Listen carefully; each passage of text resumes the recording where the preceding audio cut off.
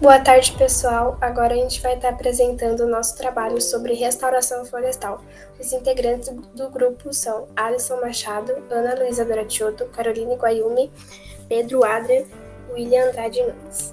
Nesse trabalho a gente vai discutir o que é a COP e qual sua importância, alguns pontos decididos na conferência, o Brasil na COP 26 e o mercado florestal. O que é a COP 26 e qual a sua importância? É a 26ª Conferência das Partes das Convenções das Nações Unidas sobre Mudanças Climáticas. Neles são tratados eventos climáticos extremos. Essas conferências são eventos com diversas reuniões que contam com a presença de diversos representantes do governo, ONGs, ativistas e entre outras pessoas. Chegar a um acordo sobre vários objetivos, como a redução na emissão do metano, acabar com o desmatamento e acabar com o uso de carvão como fonte de energia.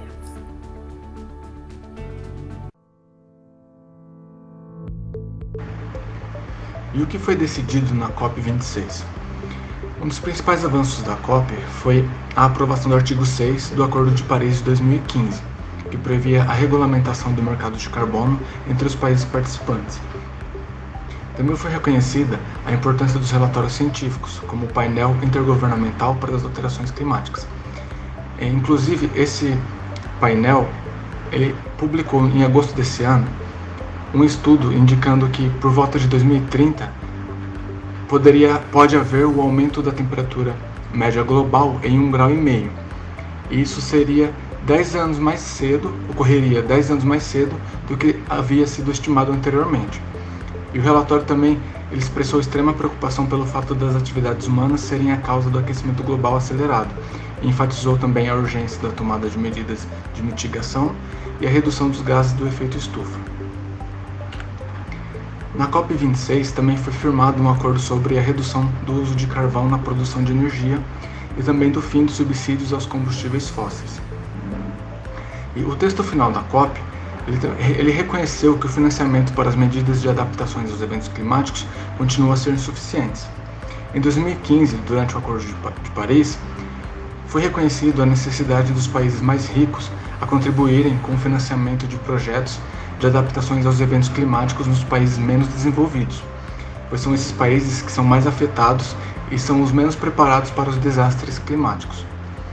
E na COP26 foi discutida a duplicação desse financiamento, pois os países que deveriam contribuir não atingiram a meta de 100 bilhões de dólares por ano e os governos se comprometeram a atingi-lo até 2025. E o que foi decidido para o governo brasileiro? O Brasil aderiu a um acordo sobre proteção florestal que prevê o fim do desmatamento até 2030, além da criação de mais projetos de restaurações de áreas degradadas. O Brasil também assinou um compromisso para reduzir em 30% as emissões de gás metano na atmosfera e em 50% a emissão de gases poluentes até 2030. Diante do que foi decidido na COP, nosso grupo pensou em uma cadeia produtiva que envolve o mercado de restauração florestal. E segundo dados da CEEG, que é um sistema que calcula o total de emissões de gases do efeito estufa no Brasil, as florestas, no ano de 2020, absorveram um total de 635 milhões de toneladas de CO2 equivalente. Outros benefícios também são obtidos com a restauração de uma área, como a proteção do solo, a qualidade da água e a manutenção do ciclo hidrológico.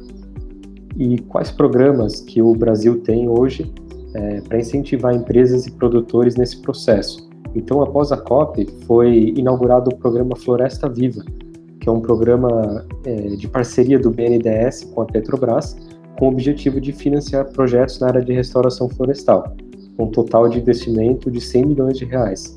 Então, vão ser abertos editais nos quais as empresas podem se candidatar e então o BNDES e a Petrobras vão financiar projetos para essas empresas na área de restauração florestal.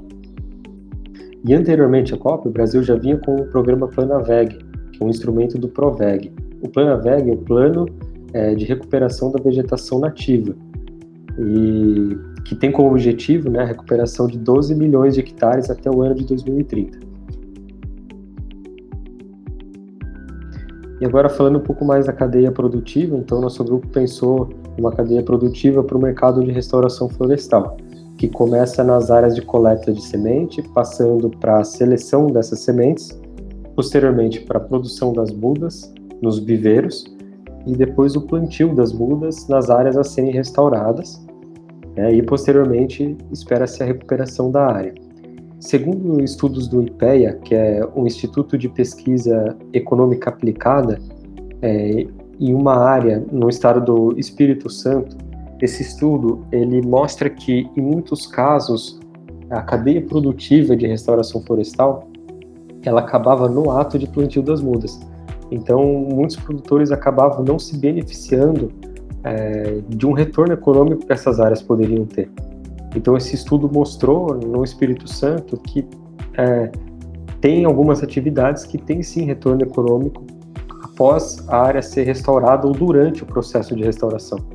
Então, entre eles tem o sistema agroflorestal, que são os SAFs, que podem ser conciliados junto com as áreas a serem restauradas, e também o plantio de algumas árvores de interesse econômico, que podem trazer ganho econômico a curto prazo. Então, por exemplo, a aroeira pimenteira, que aí, com seus 3 a 5 anos, já podem ser colhidos os frutos com uma média de 5 a 8 quilos, e os seus frutos têm aplicação na área gastronômica, medicinal, e também outras árvores de interesse econômico, como o cacau, o guaraná e a sapucaia, que também tem os frutos com uso medicinal, gastronômico, e são árvores que podem trazer ganhos econômicos para os produtores em um curto prazo.